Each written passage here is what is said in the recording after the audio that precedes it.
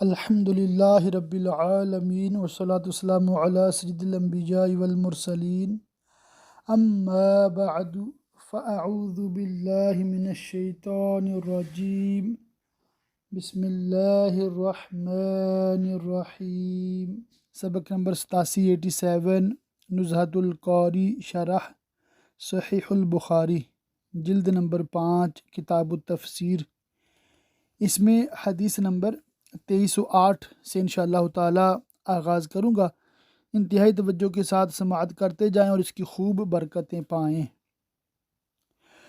یوسف بن ماحق سے روایت ہے، انہوں نے کہا مروان حجاز کا حکم تھا، معاویہ نے اس کو حاکم بنایا تھا۔ مروان نے خطبہ دیا اور یزید بن معاویہ کا ذکر کرنے لگا تاکہ اس کے لیے بیعت کی جائے۔ اس کے باپ کے بعد تو ان سے عبد الرحمن بن ابو بکر نے کچھ کہا تو مروان نے کہا اسے پکڑو۔ وہ ام المومنین حضرت عائشہ کے گھر میں چلے گئے، اس لیے لوگ انہیں پکڑ نہ سکے۔ مروان نے کہا بے شک یہ وہ ہے جس کے بارے میں اللہ تعالیٰ نے یہ فرمایا، اور وہ جس نے اپنے والدین سے کہا تم دونوں کو اف، تم سے دل پک گیا ہے، کیا مجھے وعدہ دیتے ہو؟ اس پر حضرت عائشہ نے حجاب کے پیچھے سے فرمایا اللہ ہم لوگوں کے بارے میں قرآن میں کچھ نازل نہ فرمایا سوائے اس کے کہ اللہ نے میرا عذر نازل فرمایا ہے۔ تشریح: حضرت معاویہ رضی اللہ تعالیٰ عنہ نے اپنے زمانہ حکومت میں مروان کو مدینہ کا حاکم بنایا۔ آخر عمر میں جب انہوں نے یہ طے کر لیا کہ یزید کو اپنا ولی عہد بنائیں تو یہ ضروری جانا کہ اپنی حیات ہی میں یزید کی بیعت پورے ممالک اسلامیہ سے لے لیں۔ اس کے لیے انہوں نے اپنے مختلف عمال حکومت کو لکھا، اس میں مروان بھی تھا۔ مروان نے خطبہ دیا اور یزید کی ولی عہدی کی بیعت کی۔ ترغیب میں کہا کہ امیر المومنین نے ایک اچھی بات سوچی ہے، وہ ابو بکر و عمر کی سنت کے مطابق اپنی حیات ہی میں یہ چاہتے ہیں کہ لوگوں سے اپنے بیٹے یزید کی ولی عہدی کی بیعت لے لیں۔ انہوں نے اس کو اپنے بعد خلیفہ بنا دیا ہے جیسا کہ ابو بکر و عمر نے خلیفہ بنایا تھا۔ اس پر حضرت عبد الرحمن بن ابو بکر نے کہا کہ یہ ہرقل اور کیسر کا طریقہ ہے۔ ابو بکر نے خلافت نہ کسی اپنے لڑکے کو دی اور نہ اپنے اہل بیت میں سے کسی کو۔ اس پر مروان نے اپنے سپاہیوں سے کہا کہ انہیں گرفتار کر لو۔ حضرت عبد الرحمن بھاگ کر ام المومنین حضرت عائشہ رضی اللہ تعالیٰ عنہ کے حجرہ میں چلے گئے۔ مروان ممبر سے اتر کر ام المومنین کے دروازہ پر آیا اور ام المومنین سے بہت کچھ باتیں کی۔ اسی میں اس نے یہ بھی کہا کہ عبد الرحمن وہ ہے جس کے بارے میں اللہ تعالیٰ نے یہ آیت نازل فرمائی والذی قال لوالدیہ اف لکما۔ ام المومنین نے فرمایا ہم اولاد ابو بکر کے بارے میں اللہ تعالیٰ نے سوائے میرے عذر کے اور کچھ نازل نہیں فرمایا، وہ جھوٹ بولا ہے، یہ فلاں بن فلاں کے بارے میں نازل ہوئی، اگر میں چاہوں تو ان کا نام بھی لے سکتی ہوں۔ البتہ رسول اللہ صلی اللہ علیہ وسلم نے مروان کے باپ پر لعنت فرمائی اور مروان اس کی پیٹھ میں تھا۔ حضرت ابن عباس رضی اللہ تعالیٰ عنہما سے ایک روایت ہے کہ یہ آیت عبد الرحمن بن ابو بکر کے بارے میں نازل ہوئی۔ حضرت ابو بکر اور ام رومان حضرت عبد الرحمن کی والدہ مسلمان ہو چکے، ان دونوں نے عبد الرحمن سے بھی مسلمان ہونے کو کہا، بلکہ بار بار اسلام کی ترغیب دیتے رہے اور انکار کرتے رہے اور کہتے رہے کہ فلاں اور فلاں کہاں ہیں، یعنی قریش کے کچھ مشائخ کے بارے میں جو انتقال کر چکے تھے۔ اس وقت یہ آیت کریمہ نازل ہوئی۔ اس کے بعد عبد الرحمن مسلمان ہوئے اور مخلص مسلمان ہوئے، لیکن یہ صحیح نہیں۔ مفتی صاحب کیا فرماتے ہیں کہ یہ بات صحیح نہیں، صحیح وہی ہے جو حضرت ام المومنین عائشہ صدیقہ رضی اللہ تعالیٰ عنہ نے فرمایا کہ یہ عبد الرحمن بن ابی بکر کے بارے میں نازل نہیں ہوئی، بلکہ یہ ایک کافر ماں باپ کے نافرمان بیٹے کے بارے میں نازل ہوئی۔ حدیث نمبر 2310 ہے، حضرت انس نبی اکرم صلی اللہ تعالی علیہ وسلم سے روایت کرتے ہیں، فرمایا جہنم میں ڈالا جائے گا اور جہنم کہے گی کچھ اور زیادہ ہے، یہاں تک کہ اپنا قدم رکھے گا تو وہ کہے گی بس بس۔ اس کی شرح میں ہے حتی یدع رجلہ، یہ ارشاد بھی متشابہات سے ہے، اس کا حقیقی معنی اللہ عز و جل جانے یا اس کے رسول جانے۔ عرف عام میں کسی چیز پر قدم رکھنے سے مراد یہ ہوتا ہے کہ اسے مسل کر حقیر و ذلیل کر دیا گیا ہے۔ مراد یہ ہے کہ جہنم جوش میں عرض کرے گی کہ کیا اور کچھ ہے؟ اللہ عز و جل اس کے اس جوش و شورش کو اپنی قدرت سے ختم کر دے گا، اور بجائے حل من مزید کے وہ پکارے گی بس بس بس۔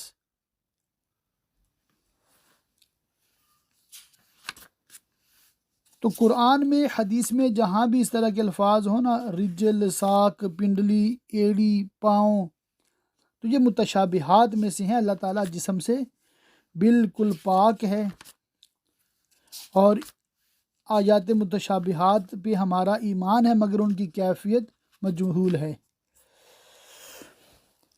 حدیث نمبر 2315 ہے، حضرت عبداللہ بن مسعود رضی اللہ تعالیٰ عنہ نے فرمایا، اللہ نے لعنت فرمائی گودنے والی اور گدوانے والی پر، چہرے کا بال نوچنے والی اور دانتوں کو رگڑنے والی عورتوں پر، کیونکہ وہ اللہ کی تخلیق کو بدلتی ہیں۔ یہ بات بنی اسد کی ایک عورت کو پہنچی جس کو ام یعقوب کہا جاتا ہے۔ یہ عورت حضرت عبداللہ بن مسعود کے پاس حاضر ہوئی اور کہا کہ مجھ کو خبر پہنچی ہے آپ نے ایسی اور ایسی عورتوں پر لعنت کی ہے۔ تو انہوں نے فرمایا میں کیوں نہ اس پر لعنت کروں جس پر رسول اللہ صلی اللہ علیہ وسلم نے لعنت فرمائی ہے اور جس پر کتاب اللہ میں لعنت ہے۔ اس عورت نے کہا کہ جو کچھ دونوں تختیوں کے درمیان ہے میں نے پڑھا، یعنی پورا قرآن پڑھا، اس میں نے نہیں پایا۔ اب آپ کیا کہتے ہیں؟ حضرت عبداللہ نے فرمایا اگر تو نے پڑھا ہوتا اس میں ضرور پایا ہوتا۔ کیا تو نے نہیں پڑھا کہ اللہ تعالیٰ نے فرمایا جو تم کو رسول دیں اسے لو اور جس سے منع کریں اس سے باز رہو؟ اس عورت نے کہا ہاں یہ ہے۔ حضرت عبداللہ نے فرمایا کہ حضور نے اس سے منع فرمایا۔ اس عورت نے کہا میں آپ کے اہل کو دیکھتی ہوں کہ وہ ایسا کرتی ہیں۔ فرمایا جاؤ اور دیکھو۔ وہ عورت گئی اور دیکھا تو اس نے کچھ نہیں پایا۔ فرمایا اگر ایسا ہوتا تو وہ ہمارے ساتھ کبھی نہ رہتی۔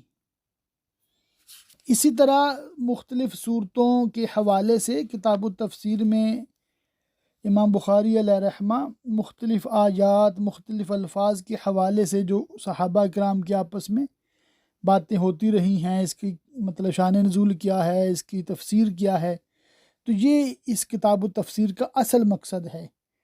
بہت ساری عربی مطلب ابحاث میں نہیں پڑھ رہا چونکہ صرف اردو میں عالم کورس کر رہے ہیں، اور یہ چیزیں مطلب ہم ویسے بھی قرآن پاک کا ترجمہ اور تفسیر جو پڑھ رہے ہیں اس میں بھی تفصیل آ رہی ہیں، ساری آیات کی مطلب تشریحات، تفاصیل وہ ہم اللہ کے فضل سے وہاں دیکھ رہے ہیں تفسیر خزانہ العرفان میں۔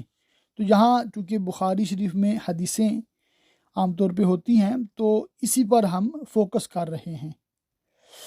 ایک اور حدیث ہے، حضرت ابو ہریرہ رضی اللہ تعالیٰ عنہ سے روایت ہے، وہ کہتے ہیں کہ ہم نبی صلی اللہ علیہ وسلم کی خدمت میں حاضر تھے کہ حضور پر سورہ جمعہ نازل ہوئی جس میں یہ بھی ہے اور کچھ اور ہیں جو ان سے نہیں ملے۔ میں نے عرض کیا وہ کون لوگ ہیں یا رسول اللہ؟ تو حضور نے کوئی جواب نہیں دیا، یہاں تک کہ 3 بار پوچھا، اور ہم میں سلمان فارسی بھی تھے۔ رسول اللہ صلی اللہ علیہ وسلم نے اپنا دست مبارک سلمان پر رکھا، پھر فرمایا اگر ایمان ثریا کے پاس ہوتا تو ان لوگوں کے کچھ افراد یا ایک فرد اسے حاصل کر لیتا۔ سبحان اللہ۔ اس میں جو شرح میں لکھا ہے وہ میں اختصار سے پڑھتا ہوں۔ حدیث کا مفاد تر یہی ہے کہ اس سے مراد اہل فارس ہیں۔ بعد کے واقعات نے بتایا کہ سرزمین فارس سے اجلہ محدثین و فقہا بلکہ مجتہدین پیدا ہوئے، ابنائے فارس ہی میں سے سیدنا امام اعظم ابو حنیفہ رضی اللہ تعالیٰ عنہ بھی ہیں۔ بہت سے علماء نے تصریح کی ہے کہ اس سے مراد حضرت امام اعظم رضی اللہ تعالی عنہ ہیں۔ ویسے مفتی صاحب فرماتے ہیں کہ آیا کریمہ اپنے اطلاق کے اعتبار سے ابنائے فارس کے ساتھ خاص نہیں، قیامت تک پوری امت کے ارباب علم و فضل مراد ہیں۔ حدیث 2320، حضرت انس بن مالک رضی اللہ تعالیٰ عنہ کہتے ہیں کہ واقعہ حرہ میں جو لوگ شہید کیے گئے ان پر مجھے غم ہوا، تو میرے پاس زید بن ارقم نے لکھا اور انہیں میرے شدت غم کی خبر پہنچی۔ وہ ذکر کرتے ہیں کہ انہوں نے رسول اللہ صلی اللہ علیہ وسلم سے سنا کہ فرماتے تھے کہ اے اللہ انصار کو اور انصار کے بیٹوں کو بخش دے، اور ابن فضل نے ابنائے انصار کے بارے میں شک کیا، تو انس سے بعض موجودین نے پوچھا تو انہوں نے بتایا یہ وہ شخص ہیں جن کے بارے میں رسول اللہ نے فرمایا ان کو سنی ہوئی بات کی اللہ نے تصدیق فرمائی ہے۔ اس کی شرح سن لیجئے کہ واقعہ حرہ 63 ہجری میں ہوا تھا۔ یزید پلید نے مسلم بن عقبہ کو بہت بڑا لشکر بھیج کر مدینہ طیبہ پر حملہ کرایا تھا، جس میں اہل مدینہ کو شکست ہوئی۔ مسلم بن عقبہ نے ہزاروں کو شہید کیا، 3 دن مدینے لوٹا، خواتین حرم کی عصمت دری کی۔ اس وقت حضرت انس رضی اللہ تعالیٰ عنہ بصرے میں تھے۔ انہیں جب اس کی خبر ملی تو انہیں سخت غم لاحق ہوا۔ حضرت زید بن ارقم رضی اللہ تعالیٰ عنہ کوفے میں تھے۔ جب ان کو حضرت انس کا حال معلوم ہوا تو بطور تعزیت ان کو یہ لکھا۔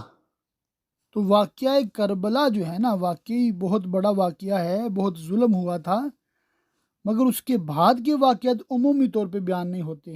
یہی واقعہ حرہ جو مدینہ پاک پر حملہ کیا گیا، کم و بیش 10,000 کی تعداد بتائی جاتی ہے، صحابہ اور تابعین، مرد خواتین اس میں شہید کیے گئے، اور یہ بھی یزید پلید کا سیاہ کارنامہ ہے۔ اس کے بعد ایک روایت میں ہے کہ اگر کوئی بیوی کو حیض کی حالت میں طلاق دے دے تو اس پہ رجوع لازم ہوتا ہے اگر ایک ہی طلاق دی ہو، کیونکہ حیض کی حالت میں طلاق دینا گناہ ہے۔ یہ سورہ طلاق کی تفسیر میں انشاءاللہ تعالیٰ آپ پڑھیں گے۔ اور اس کے بعد ایک اختلاف تھا صحابہ میں کہ اگر کوئی عورت حاملہ ہو تو شوہر فوت ہو گیا اور وہ حاملہ تھی، تو اس کی عدت 4 مہینے 10 دن ہے یا کیا؟ تو فتویٰ اس پر ہے کہ اس کی عدت وضع حمل ہے، جب بچہ پیدا ہوگا، چاہے وہ چند دن بعد پیدا ہو جائے یا چند گھنٹوں بعد بچہ پیدا ہو جائے تو عدت ختم ہو جائے گی۔ اسی طرح ایک الگ سے مسئلہ ہے کہ اگر عورت حاملہ ہے اور اس کو طلاق ہوگی تو طلاق واقع ہو جاتی ہے اور اس کی طلاق کی عدت وضع حمل ہے۔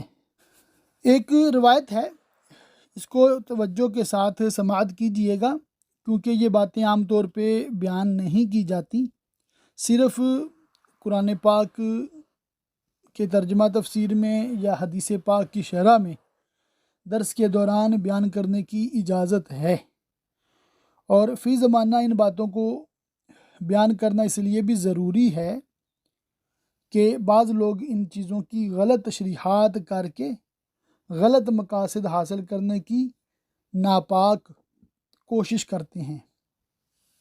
روایت چونکہ بخاری شریف میں ہے اور ہم درس حدیث میں ہی اس کو پڑھ رہے ہیں تو توجہ فرمائیں۔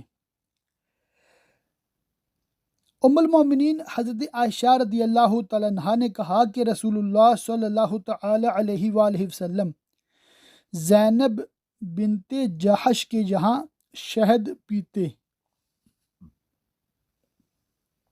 اور کچھ دیر زیادہ ٹھہرتے، تو میں نے اور حفصہ نے آپس میں رائے کر لی کہ ہم میں سے جس کے پاس حضور تشریف لائیں وہ یہ کہے آپ نے مغافیر کھایا ہے، میں حضور کے دہن پاک سے مغافیر کی بو پاتی ہوں۔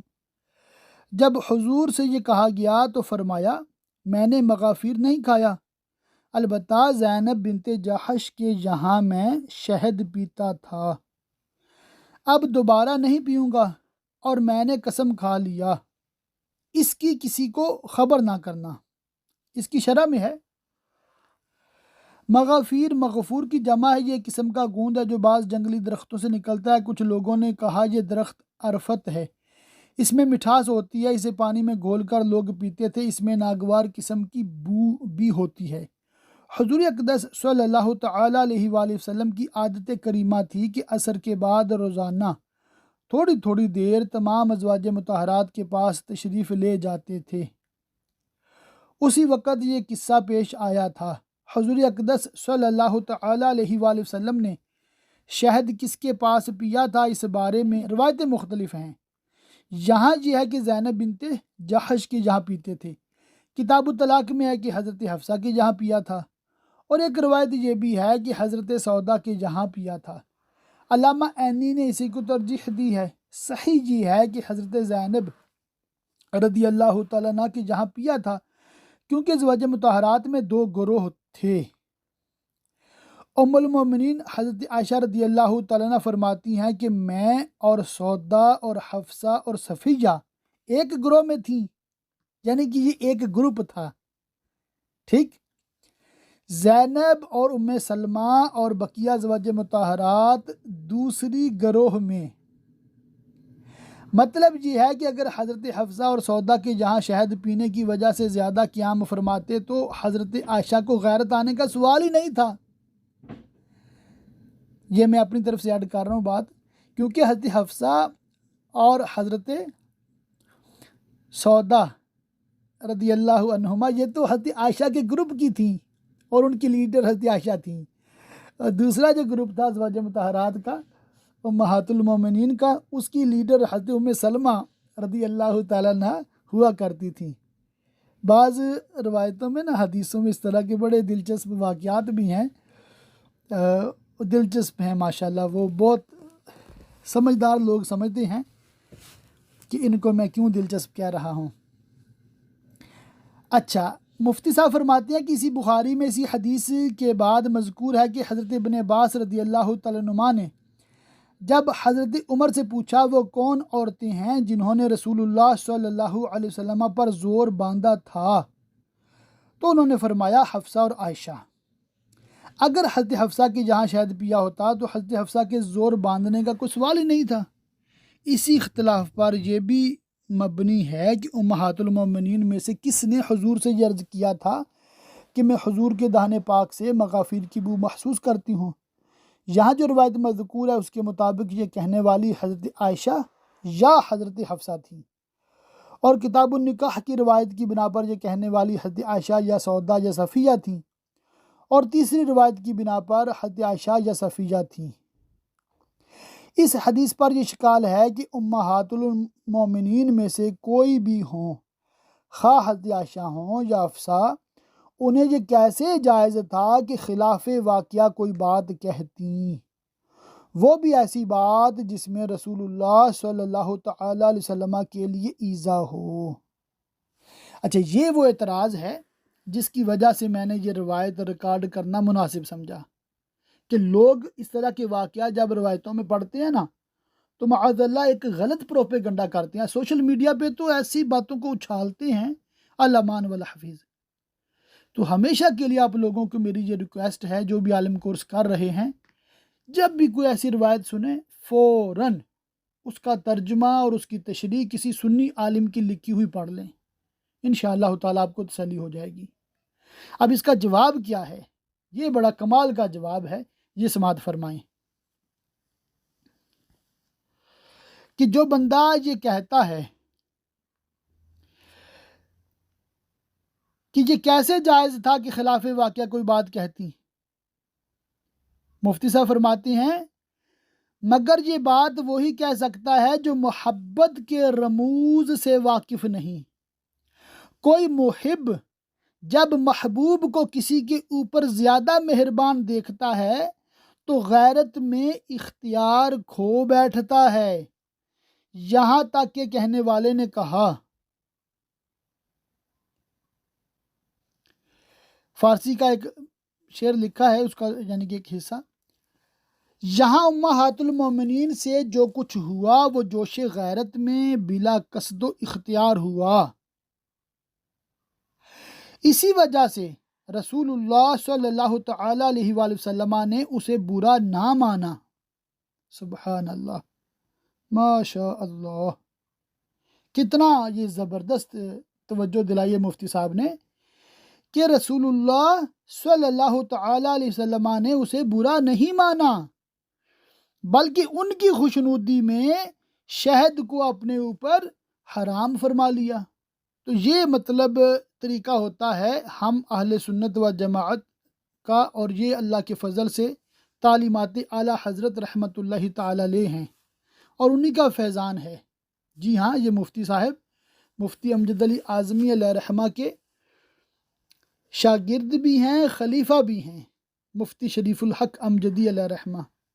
اور صرف معلومات کے لیے عرض کر رہا ہوں کہ ان کی ملاقات سیدی امیر اہل سنت حضرت علامہ مولانا محمد الیاس اتار قادری رضوی دامت برکاتہم العالیہ کے ساتھ بھی ہے، اور یہ ماشاءاللہ دعوت اسلامی کو پسند فرماتے تھے، اور اللہ تعالیٰ ان کے درجات بلند فرمائے۔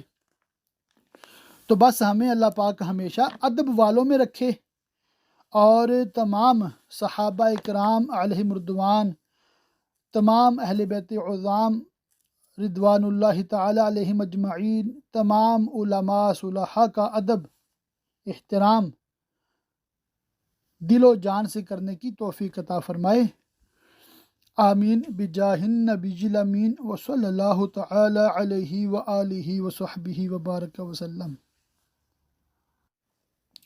ایک حدیث ہے حضرت ابو سعید خدری رضی اللہ تعالیٰ عنہ سے روایت ہے، انہوں نے کہا میں نے نبی صلی اللہ تعالی علیہ وسلم کو فرماتے ہوئے سنا، قیامت کے دن ہمارا رب اپنے ساق سے پردہ ہٹائے گا تو اسے ہر مومن مرد عورت سجدہ کریں گے، اور وہ لوگ رہ جائیں گے جو دنیا میں دکھاوے یا شہرت کے لیے سجدہ کرتے تھے، وہ سجدہ کرنا چاہیں گے تو ان کی پیٹھ تختہ کے مثل ہو جائے گی۔ اس کی شرح میں لکھا ہے ساق سے کیا مراد ہے؟ صحیح یہ ہے کہ یہ متشابہات میں سے ہے، اس کے معنی اللہ عز و جل اور اس کے رسول صلی اللہ تعالی علیہ وسلم جانے۔ مفسرین نے اہل تعویل کے مختلف اقوال ذکر کیے ہیں، اس خادم کے سمجھ میں یہ آتا ہے کہ اس سے مراد قلیل جلوہ ہے۔ اللہ اللہ، بہت ساری حدیثیں، بہت ساری مطلب تفاسیر مختلف الفاظ کی یا آیات کی میں ریکارڈ نہیں کر رہا، بار دیگر آپ لوگوں کو عرض کر رہا ہوں کہ یہ انشاءاللہ تعالی ہم تفسیر خزائن العرفان میں کچھ تو پڑھ لیا ہے، کچھ پڑھیں گے انشاءاللہ تعالی، تو یہ چیزیں وہاں پر بالکل مطلب ہم ضرور ریکارڈ بھی کریں گے، سنیں گے بھی، پڑھیں گے بھی انشاءاللہ تعالی۔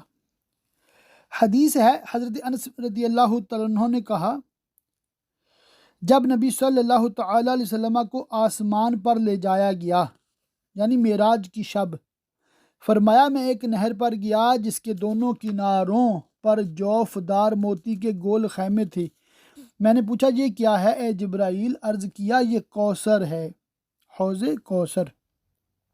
یہاں پر کتاب التفسیر تقریباً مکمل ہو رہی ہے، آگے ایک حصہ ہے کتاب ابواب فضائل قرآن، یہ انشاءاللہ تعالی چند حدیثیں اس میں سے پڑھوں گا، ریکارڈ کروں گا، آپ اس کو بغور توجہ سے سماعت کریں گے تو انشاءاللہ تعالی اس کی خوب برکتیں پائیں گے۔ حضرت ابو ہریرہ رضی اللہ تعالیٰ عنہ نے کہا کہ نبی صلی اللہ تعالی علیہ وسلم نے فرمایا ہر نبی کو اسی کے مطابق معجزے دیے گئے جتنے لوگ ان پر ایمان لائے، اور مجھے وہ وحی دی گئی جو اللہ نے میری طرف کی، اور میں امید کرتا ہوں کہ قیامت کے دن میرے متبعین سب سے زیادہ ہوں گے۔ مراد یہ ہے کہ ہر نبی کو دعویٰ نبوت کے ثبوت کے لیے معجزہ دیا گیا، اور یہ معجزہ اس نبی کے عہد کے مطابق ہوتا تھا، جیسے حضرت موسیٰ علیہ الصلوۃ والتسلیم کے زمانے میں جادوگروں کا زور تھا تو آپ کو عصا دیا گیا جو اژدہا ہو جاتا تھا، جس نے تمام ساحروں کے سحر کو باطل کر دیا، اور حضرت عیسیٰ علیہ الصلوۃ والتسلیم کے زمانے میں طب کا زور تھا تو ان کا مردہ جلانے کا معجزہ عطا فرمایا گیا، جس سے تمام اطباء عاجز تھے، اور ہمارے حضور اقدس صلی اللہ تعالیٰ علیہ وسلم کے زمانے میں بلاغت کا زور تھا، تو حضور صلی اللہ علیہ وسلم کو قرآن مجید دیا گیا، جس کی چھوٹی سی صورت سورہ کوثر کے معارضہ سے پوری دنیا عاجز رہی۔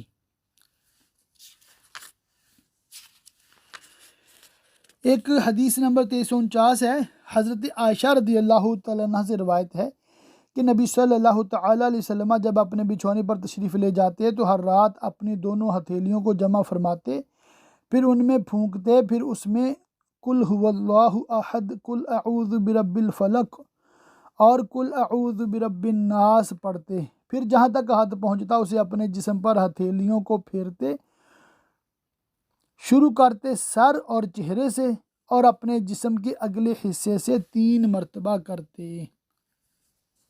اس سے پہلے ایک حدیث پاک ہے، وہ بھی انشاءاللہ تعالی ریکارڈ کر لیتے ہیں۔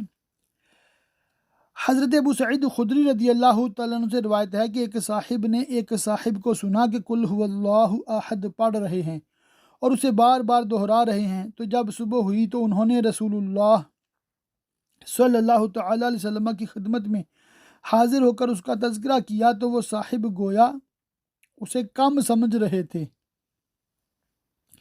تو رسول اللہ صلی اللہ علیہ وسلم نے فرمایا، اس ذات کی قسم جس کے قبضے میں میری جان ہے، یہ 1/3 قرآن کے برابر ہے۔ مطلب یہ ہوا کہ سورہ اخلاص کو اگر 3 بار پڑھا جائے تو گویا پورے قرآن پڑھنے کا ثواب ملتا ہے۔ ایک حدیث پاک ہے، حضرت عثمان رضی اللہ تعالیٰ عنہ نبی صلی اللہ تعالیٰ علیہ وآلہ وسلم سے روایت کرتے ہیں کہ فرمایا، تم میں سے سب سے بہتر وہ ہے جو قرآن کا علم حاصل کرے اور دوسرے کو سکھائے۔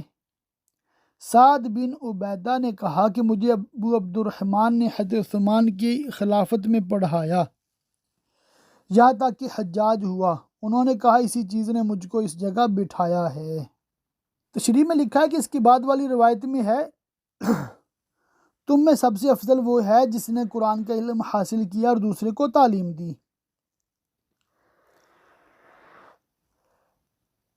یعنی مجھے ابو عبد الرحمن نے حضرت عثمان غنی رضی اللہ تعالیٰ عنہ کی عہد خلافت میں پڑھایا، اور وہ اس وقت سے لے کر آج تک جب کہ حجاج کی حکومت قائم ہے وہ لوگوں کو قرآن پڑھا رہے ہیں۔ حضرت عثمان کی شہادت اور حجاج کی شروع ولایت کے درمیان 38 سال کی مدت ہے۔ مطلب یہ ہے کہ حضرت ابو عبد الرحمن سلمی اتنی مدت سے لوگوں کو قرآن کی تعلیم دے رہے ہیں، جو بہرحال 38 سال سے زیادہ کی ہے۔ قال وذاک الذی، یہ ابو عبد الرحمن سلمی کا قول ہے۔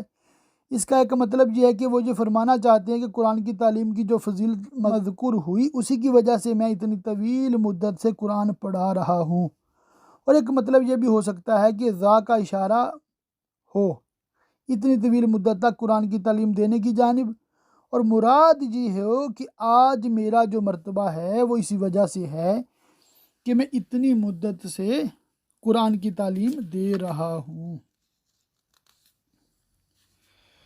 2 حدیثیں کٹھی ہیں۔ قتادہ نے کہا کہ میں نے انس بن مالک رضی اللہ تعالیٰ عنہ سے نبی صلی اللہ تعالیٰ علیہ وسلم کی قرات کے بارے میں پوچھا تو فرمایا، حضور مد کے ساتھ پڑھتے تھے۔ قتادہ نے کہا انس رضی اللہ تعالیٰ عنہ سے پوچھا گیا کہ نبی صلی اللہ علیہ وسلم کی قراءت کیسی تھی، تو فرمایا کہ مد کے ساتھ تھی، پھر بسم اللہ الرحمن الرحیم پڑھا، اور بسم اللہ پر آواز کھینچی اور رحمان پر بھی آواز کھینچی اور رحیم پر بھی آواز کھینچی۔